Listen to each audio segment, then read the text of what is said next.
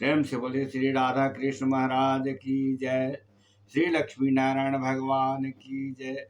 प्रिय दर्शकों, आज मैं वैशाख महात्म के 20वां अध्याय अध्ययन करने जा रहा हूँ। कृपया यह कथा ध्यान से सुने और अंत तक सुने।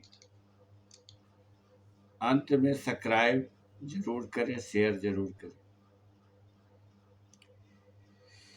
श्रुत कीर्ति कहने लगे कि मुनिवर, वैशाख धर्म के महात्म सुनते सुनते मेरी तृप्ति नहीं होती, क्योंकि भगवान विष्णु की कथा सुनकर किसके कान तृप्त होते हैं। मेरे पूर्व जन्म के पुण्य उदय हो गए हैं। मैं आपके मुख से निकले अमृत रूपी वचनों को पान कर कृत हो गया हूँ। मुझको मोक्ष आदि की भी इच्छा नहीं है। आप मुक्ति के दाता भगवान विष्णु को प्रसन्न करने वाले दिव्य धर्मों का उपदेश करते जाइए। इतनी वार्ता सुनकर श्रुतदेव जी बोले कि राजन, पापों को नष्ट करने वाली मैं एक और कथा कहता हूँ।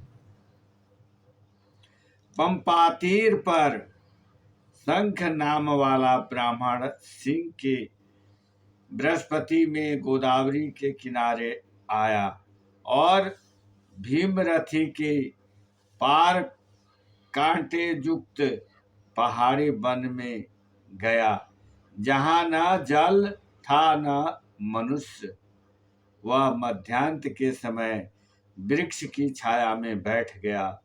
उसी समय दुराचारी व सबके प्राणों का घातक एक व्याघ्र वहां पर आया और ब्राह्मण के कानों में चमकते हुए सोने के कुंडल देखते उसको पकड़ लिया तथा उनके कुंडल, जूते, छतरी, माला, कमंडल सब छीन कर उसे जाने की आज्ञा दी।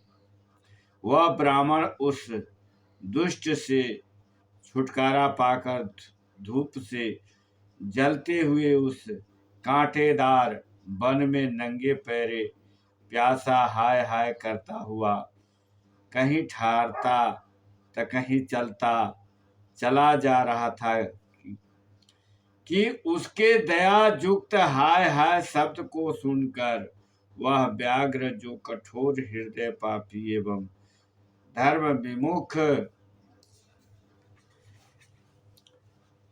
था, उसके हृदय में दया उत्पन्न हुई और उसने मन में सोचा कि इस ब्राह्मण का मैंने सब कुछ हर लिया।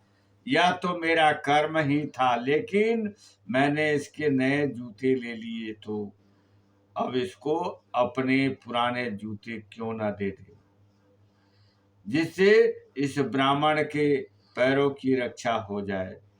फिर पुराने जूते की आवश्यकता भी क्या है। ऐसा विचार कर उसने अपने पुराने जूते उस ब्राह्मण को दिए। उन जूतों को पहनकर वह ब्राह्मण अति सुखी हो उस व्याघ्र को आशीर्वाद देने लगा कि तुमने वैशाख मास में जूतों का दान किया है, अतः तुम्हारे पुण्य उदय हो गए हैं। क्योंकि ऐसे दान से भगवान हरि प्रसन्न हो जाते हैं।